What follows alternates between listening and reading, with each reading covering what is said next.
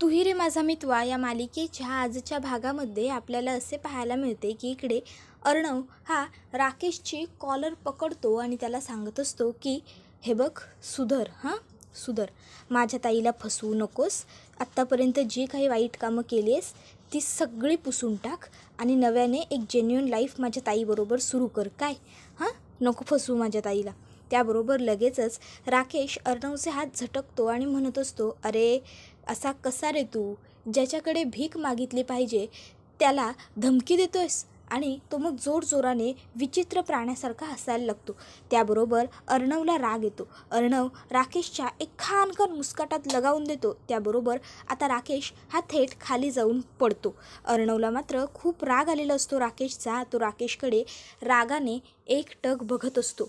त्याबरोबर आता इथे राकेशलासुद्धा राग येतो.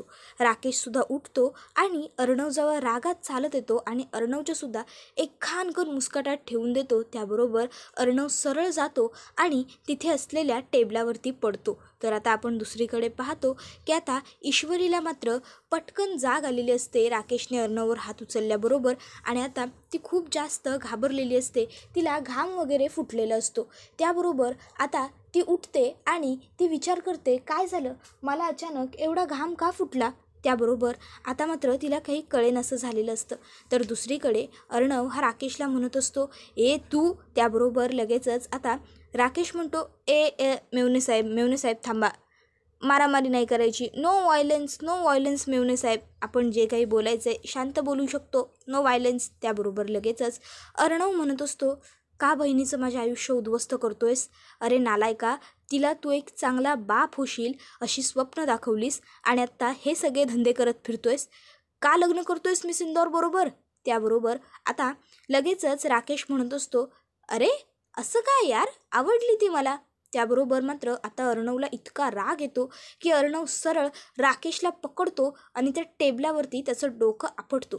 त्याबरोबर राकेश म्हणत असतो, सोड मला. त्याबरोबर अर्णव त्याला पकडतो आणि म्हणत असतो, आय विल किल्ड यू, समजलं तुला. त्याबरोबर लगेचच राकेश म्हणतो, हो किल मी, अरे मग मार मला. हा बघ, धर, माझा गळा असा धर आणि आवळ, टाक मारून टाक मला. खरंच, अरे आवळ ना माझा गळा, आवळ. पण एक गोष्ट लक्षात ठेवा, माझा गळा आवळताना काय आहे ना, तू मला मारून टाकलंस तर मला काहीच फरक पडत नाही, मी मरीन रे. पण तुझी ती बावळट बहीण आहे ना, ती विधवा होईल रे माझ्यामुळे. विधवा ना, तिच्या कपाळावर कुंकू असेल ना, गळ्यात मंगळसूत्र, पोटात माझं बाळ आणि डोळ्यात फक्त लाचारी रे. बघ ना, इमॅजिन करून बघ, तुझी ती बावळट बहीण कशी दिसते ते बघ. आणि मग सांग मला, कोणी लग्न करेल का रे तिच्याशी, पकडेल का कोणी तिचा हात. कारण काय आहे ना, सगळी लोकं माझ्यासारखी चांगली नसतात ना रे, काय कळलं. त्याबरोबर पुन्हा एकदा तो विद्रूपपणे जोरजोराने हसायला लागतो. त्याला म्हणजे काहीच कळतच नसतं राकेशला. राकेश मूर्खासारखं अर्णवला उलट सगळं एक्सप्लेन करत असतो. अर्णव राकेशवरती जोरात ओरडतो, तू हे बघ, एक गोष्ट लक्षात ठेव, मिस इंदौर आणि माझी ताई ह्या दोन्ही व्यक्ती माझ्यासाठी खूप महत्त्वाचे आहेत. एक चूक केली आहे मी, पण दुसरी नाही. काहीही झालं ना तरी हे सगळं मी होऊ देणार नाही आहे, समजलं. त्याबरोबर लगेचच राकेश म्हणतो, ठीक आहे, काही हरकत नाही मेवणे साहेब. मग तुम्ही एक काम करा, तुम्ही जा आणि तुमच्या मिस इंदौरला खरं सांगा, माझ्या इंदोरी जिलबीला सांगा तुम्ही की मी कसा नालायक आहे, मी काय काय केलं आहे, सगळं जाऊन सांगा. मग काय होईल, तिच्या घरचे माझी पोलीस कंप्लेंट करतील, मला पोलिसांच्या ताब्यात देतील. त्या सगळ्याचा त्राससुद्धा कोणाला होईल, तुझ्या ताईला.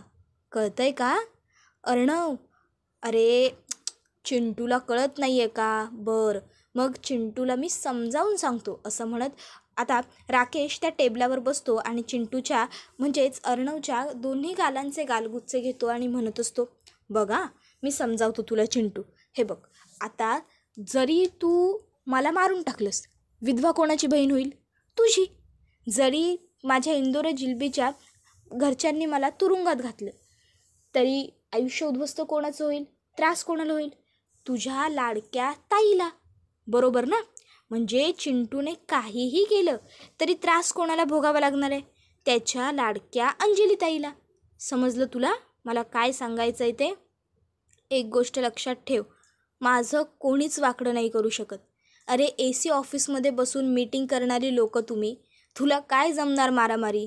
तुझे हातपाय मोडून तुझ्या गळ्यात देऊ शकतो मी, पण मी नाही करणार रे असं. कारण काय आहे ना, मी जर तुझे हातपाय मोडून तुझ्या गळ्यात दिले तर माझ्या लाडक्या बायकोला तिच्या भावाचे हातपाय मोडले याचा त्रास होईल ना, म्हणून नाही करणार मी असं. लक्षात ठेव, मी ह्याच खेळात लहानपणापासून मुरतोय. मला नाही आहे शिकवायचं तू, कळलं ना? काय आहे ना, सध्या तुझा जीव जसा जादूगाराचा जीव त्याच्या पोपटात असतो ना, तसा तुझ्या ताईत आहे. त्यामुळे तू माझं काहीच वाकडं करू शकत नाही. तुला आता मामा बनवणार आहे ना मी. अरे पण तू तर ऑलरेडी मामा आहेस. तुम्ही तुझ्या ताईबरोबर तुम्हा सगळ्यांना फसवून लग्न केलं, तेव्हा तुला मामा बनवलं. NGOच्या नावाखाली तुझ्याकडून कितीतरी पैसे लुबाडले, तेव्हा तुला मामा बनवलं. मी वकील आहे असं तुम्हाला सांगितलं तरी तू माझ्यावर विश्वास ठेवलास, तेव्हा तुला मामा बनवलं. आणि आत्ता तर अंजलीच्या पोटात माझं बाळ आहे, म्हणजे आताही मी तुला मामा बनवलं. बापरे, किती मामा बनवलं यार मी तुला. अर्णव मामा, सगळ्यांचा लाडका चिंटू मामा असा आता तो म्हणत असतो. त्याबरोबर अर्णव त्याला ओपन चॅलेंज करतो. मी मिस इंदौरचं आयुष्य उद्ध्वस्त नाही होऊ देणार. राकेश म्हणतो चॅलेंज एक्सेप्टेड. बघ तुला जमतंय की मी तुझ्या नजरेसमोरून माझ्या इंदोरी जिलबीला लग्न करून घेऊन जातोय ते बघू. तर आता आपण दुसरीकडे पाहतो. इशू ही खूप घाबरलेली असते. ती आता बाहेर हॉलमध्ये येते आणि घटाघटा ग्लासभर पहिलं पाणी पिते. त्याबरोबर आता इशूला एवढं घाबरलेलं बघून आई तिला विचारते, इशू बाळा काय गं, काय झालं, ठीक आहेस ना? नाही म्हणजे एवढी घाबरलेली का दिसतेस तू, काय झालं? त्याबरोबर इशू आता आईला सांगायला लागते, अगं आई मला ना खूप वाईट स्वप्न पडलं गं, म्हणजे अगदीच वाईट स्वप्न होतं ते, मला काहीच कळत नाही आहे. त्याबरोबर आता आई इशूला समजावते, हे बघ इशू बाळा घाबरू नकोस, शांत हो बरं. त्यावर इशू म्हणत असते, अगं आई ऐक तरी मला स्वप्न काय पडलं. मी ना रेगिस्तानमध्ये होते, खूप घन मोठं रेगिस्तान होतं ते, आणि अचानक तिथे खूप मोठं वादळ आलं, खूप मोठं तुफान, आणि त्या तुफानमध्ये मी हरवून गेले. मला कळतच नव्हतं मी कुठे चालली, आणि नंतरनं मला वाटही सापडत नव्हती गं. मग मी तिथेच स्वतःभोवतीच गोल गोल गोल फिरत तिथेच राहून गेले गं, मला काहीच कळेना असं झालं. त्याबरोबर आता आई तिला समजावून सांगते, काळजी करू नकोस बाळा, घाबरू नकोस, अगं स्वप्न होतं शेवटी ते. त्यावर इशू म्हणते, पण आई म्हणतात ना पहाटे पडलेली स्वप्न खरी होतात, आणि बघ ना आता थोड्या वेळात उजेड होईल. त्याबरोबर लगेचच आता आई तिला समजावते, बाळा शांत हो. इशू म्हणते, आई तूच म्हणतेस ना ही अशी स्वप्न काहीतरी संकेत देतात म्हणून, मग हे स्वप्न मला असं का पडलं असेल गं, काय संकेत असेल? त्यावर आई इशूला समजावते, हे बघ इशू, जर आपण मानलं तर सगळं असतं, आणि आपण मानलं नाही तर काहीच नसतं. कळतंय का मला काय सांगायचं आहे ते? स्वप्न हे स्वप्न आहे. तू आता फार विचार त्या गोष्टीचा करू नकोस. जा बरं जाऊन शांतपणे थोडा वेळ झोप, म्हणजे तुला बरं वाटेल. तसाही आता तुझा 6चा गजर होईल, मग तुला उठावं लागेल बाळा. त्याबरोबर लगेचच आता इशू म्हणत असते, नाही आई मला झोप नाही येत आहे. त्याबरोबर आई म्हणते, इशू आता काय तुला लहान असताना ठोपटून झोपवायची तसं झोपवू का? त्याबरोबर इशू आईला घट्ट मिठी मारते. आई इशूच्या डोक्यावरून हात फिरवते आणि इशूला शांत करण्याचा प्रयत्न करत असते. पण इथे ईश्वरीला मात्र अजिबातच शांत वाटत नसतं, बरं वाटत नसतं. तर दुसरीकडे आपण आता पाहतो की अर्णव हा राकेशला म्हणत असतो, तुझा हा जो खोटा चेहरा आहे ना तो सगळ्यांसमोर आणेन मी, फाडून टाकेन तुझा हा मुखवटा, लक्षात ठेव. अर्णव राजे शिर्के काहीही करू शकतो हां, नाही जर तुला अद्दल घडवली ना तर नाव नाही सांगणार मी. असं काही होऊ देणार नाही आहे. मिस इंदौरच्या आयुष्यातसुद्धा आणि माझ्या ताईच्या आयुष्याचीसुद्धा बर्बादी होऊ देणार नाही. त्याबरोबर लगेचच आता राकेश म्हणत असतो, चालेल चल बघूया, माझा मुखवटा फाडायचा आहे ना, सुरुवात आपण आजपासून करू. हो आजपासूनच, असं काय बघतोयस, सगळ्यात आधी तुझ्या ताईला सांगूया. चल मी तुझ्या ताईला फोन करतो, तू तिच्याशी बोलून घे, किंवा एक काम करू तू फोन कर, काय चालतं आहे? नको चल मीच फोन करतो. तर आता इथे अंजली ही रात्रीची झोपलेली असते. अचानक तिचा फोन वाजतो. फोनवरती राकेशचा फोन असतो, त्यामुळे आता ती उठून बसते आणि फोन उचलते आणि म्हणायला लागते, अहो कुठे आहात तुम्ही? किती रात्र झाली आहे? तुम्ही ठीक आहात ना? एवढ्या रात्रीचा फोन का केलात? अहो बोला ना काहीतरी, कुठे आहात तुम्ही? कधी याल घरी? त्याबरोबर लगेचच राकेश फोनवरती हात ठेवतो आणि म्हणत असतो, बघितलंस? माझी काळजी काळजी. आणि मग लगेच तो आता अंजलीला म्हणायला लागतो, अंजली अगं काळजी नको करू, मी एकदम ठीक आहे, व्यवस्थित आहे. तुला माहिती आहे मी आणि अर्णव आम्ही दोघंही जणं आता सोबत आहोत सध्या. त्याबरोबर लगेच अंजली हसते आणि म्हणते, काय चिंटू आणि तुम्ही सोबत? काय करताय तुम्ही दोघं एकत्र? आणि कुठे आहात तुम्ही दोघं एकत्र? काय चाललं आहे तुमचं? त्याबरोबर लगेचच आता राकेश म्हणत असतो, अगं बायको थांब ना, हे बघ आज आमच्या मेवणे साहेबांना तुमच्याशी बोलायचं आहे. 1 मिनटं थांब, आपण बोलू की नंतर? आधी सध्या तू अर्णव बरोबर बोल. घे अर्णव बोल, ताईबरोबर बोलायचं होतं ना तुला, घे बोल. त्याबरोबर मात्र आता अर्णवच्या तोंडातून एकही शब्द फुटत नसतो. राकेश त्याला बोल असा इशारा करत असतो. अर्णव काहीच बोलत नसतो. समोरून अंजली म्हणते, अर्णव अरे कुठे आहात तुम्ही? चिंटू अरे बोल ना काहीतरी, हॅलो चिंटू बोल काहीतरी. हे बघ आता ना उगाच मला काळजी वाटायला लागली आहे. चिंटू काय झालं आहे? सगळं काही ठीक आहे ना? चिंटू बोल ना काहीतरी. त्याबरोबर अर्णव म्हणत असतो, हो ताई, डोंट पॅनिक, हो सगळं काही ठीक आहे, प्लीज रिलॅक्स हो तू, सगळं ठीक आहे हां. त्याबरोबर लगेचच आता अंजली म्हणते, बरं पण मला सांग तुम्ही दोघं एकत्र कुठे आहात आणि काय करताय तुम्ही बाहेर एवढ्या रात्री? घरी का नाही आलेला तुम्ही? त्याबरोबर राकेश म्हणत असतो, अगं बायको आज आपल्या अर्णवमुळेच तर माझा जीव वाचला आहे ना, काय सांगू तुला आज काय झालं आहे. त्याबरोबर अंजली लगेचच अर्णवला थँक्स म्हणते. त्यावर अर्णव म्हणतो, इट्स ओके ताई, इट्स ओके. त्याबरोबर लगेचच आता राकेश हा म्हणायला लागतो, बघितलंस अंजली, खरंच सांगतो तुला, आपला अर्णव ना अगदी तुझ्यासारखा आहे. ते तुलासुद्धा कौतुक केलेलं अजिबात आवडत नाही आणि अर्णवलासुद्धा कौतुक केलेलं फार आवडत नाही. खरंच तुम्ही दोघं भावंडं ना खूप छान आहात आणि तुला सांगतो म्हणून मी काळजी कसलीच करू नको, अर्णव आहे ना माझ्याबरोबर. अर्णवसारखा भाऊ असलेल्या बहिणीला कसलीच काळजी करायची गरज नाही. बरं चल आता मी फोन ठेवू? काळजी घे आपल्या बाळाची आणि तुझीसुद्धा, कारण शेवटी आता सगळं काही तुझ्यासाठी आहे ना, म्हणून म्हणतोय राणी सरकार. आणि मग एवढं बोलून आता लगेचच राकेश फोन कट करतो. इकडे मात्र बिचाऱ्या अंजलीला कळतच नसतं नेमकं घडलंय काय. अंजली इकडनं हॅलो करत राहते, पण तोपर्यंत राकेशने फोन कट केलेला असतो. आता राकेश हा अर्णवला म्हणत असतो, बघितलंस किती प्रेम आहे माझ्यावरती तुझ्या बावळट बहिणीचं. अर्णव मात्र काहीच बोलत नसतो, गप्पच असतो. तर दुसरीकडे आपण पाहतो की इकडे अंजलीला मात्र खूपच जास्त काळजी वाटत असते. ती विचार करते की नेमकं काय घडलं असेल, अर्णवने यांचा जीव वाचवला म्हणजे नेमकं कुठून जीव वाचवला, काय झालं. तर आपण आता दुसरीकडे पाहतो की आता लगेचच राकेश हा म्हणायला लागतो, सांग ना आता काय करू शकतोस तू? काहीच नाही. अरे अर्णव, पिंजऱ्यातला वाघ झालाय तुझा, पिंजऱ्यातला वाघ. तुला वाटतं की तू दी ग्रेट ASR काहीही करू शकतोस, पण तसं काहीच नाही आहे, समजलं तुला? त्यावर लगेच अर्णव म्हणतो, ASR काहीही करू शकतो हां. त्याबरोबर लगेचच राकेश हा त्याला म्हणत असतो, तू काहीच नाही करू शकत. अर्णव त्याला म्हणत असतो, अरे तू राक्षस आहेस, राक्षस, माणूस नाही आहेस तू. त्यावर लगेचच राकेश त्याला म्हणतो, अरे मी साधासुद्धा राक्षस नाही आहे, मी 10 तोंडांचा राक्षस आहे. कळलं ना तुला अर्णव? तू माझ्यापासून कधीच नाही जिंकू शकत, त्यामुळे माझ्यापासून लांब राहायचं.